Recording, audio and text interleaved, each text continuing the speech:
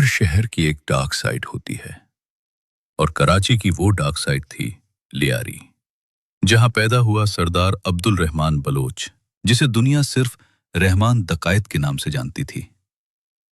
1950 में लियारी की गंदी गलियों में जन्म लेने वाला रहमान सिर्फ 30 साल की उम्र में छोटे मोटे स्मगलिंग और नाशे के कारोबार में घुस गया, लेकिन उसके नाम को हमेशा के लिए दागदार बना दिया उसके एक हड़से ने। 1950 के आसपास जब उसने एलिजिडली अपनी मां का कत्ल किया।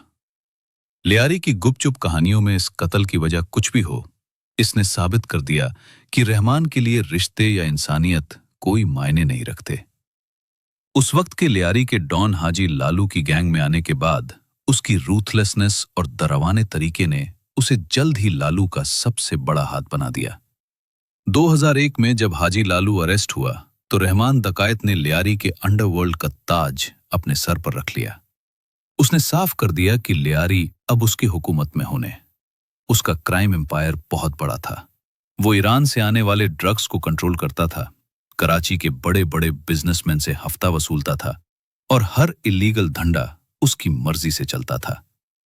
उसके दो सबसे खूंखार साथी थे, उसका कजन उजैर बलोच और उसका सिपाही बाबा लड़ला। लियारी में उसका सबसे बड़ा दुश्मन था अरशद पप्पू और उसका गैंग। ये राइवलरी सिर्फ धंधे की नहीं थी, ये खूनी सदियों पुरानी दुश्मनी थी। अरशद पप्पू के गैंग के लोगों को मारकर उनके सारों से फुटबॉल खेलने की कहानियां सिर्फ अफवाहें नहीं थी।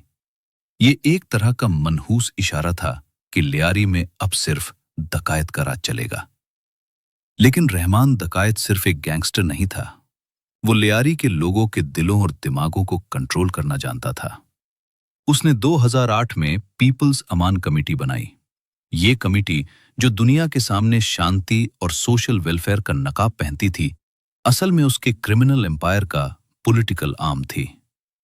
लियारी के बलोच कम्युनिटी की गरीबी और सरकारी बेरुखी का फायदा उठाकर रहमान अपने इलाज और स्कूल के काम के लिए पैसा देता था। इसलिए लियारी के लोग पुलिस और सरकार से ज्यादा उस पर भरोसा करते थे। उसे उनका रॉबिन हुड माना जाता था, जो नाजायज तरीकों से ही सही पर उनका ख्याल रखता था। इस अमान कमेटी के थ्रू रहमान ने बड़े पॉलिटिकल ग्रुप्स, खासकर पाकिस्तान पीपल्स पार्टी पीपीपी से अपने तार जोड़े। अब दकायत गलियों से निकलकर पॉलिटिकल ड्राइंग रूम्स तक पहुंच चुका था। रहमान की बढ़ती हुई पॉलिटिकल पावर और डर ने आखिरकार उसके लिए खतरा पैदा कर दिया। अगस्त 2009 में गवर्नमेंट ने लियारी में गैंग्स के खिलाफ एक बड़ा और निशाना बनाया हुआ ऑपरेशन शुरू किया। 9 अगस्त 2009 वो दिन था जब 34 साल का रहमान दकायत कराची पुलिस के साथ हुए एक एनकाउंटर में मारा गया। उसके मारने के बाद लियारी का तख्त खाली नहीं रहा। उसका कजन और खूंखार साथी उजैर बलोच उसका सक्सेसर बना और लियारी गैंग वॉर रहमान की मौत के बाद भी कराची के लिए एक खूनी दास्तान बनी रही। रहमान दकायत की कहानी क्राइम और पॉलिटिक्स की उस गहरे गात बंधन को दिखाती है, जहां एक आम गैंगस्टर भी पूरे शहर को अपने खौफ के साए में ला सकता है।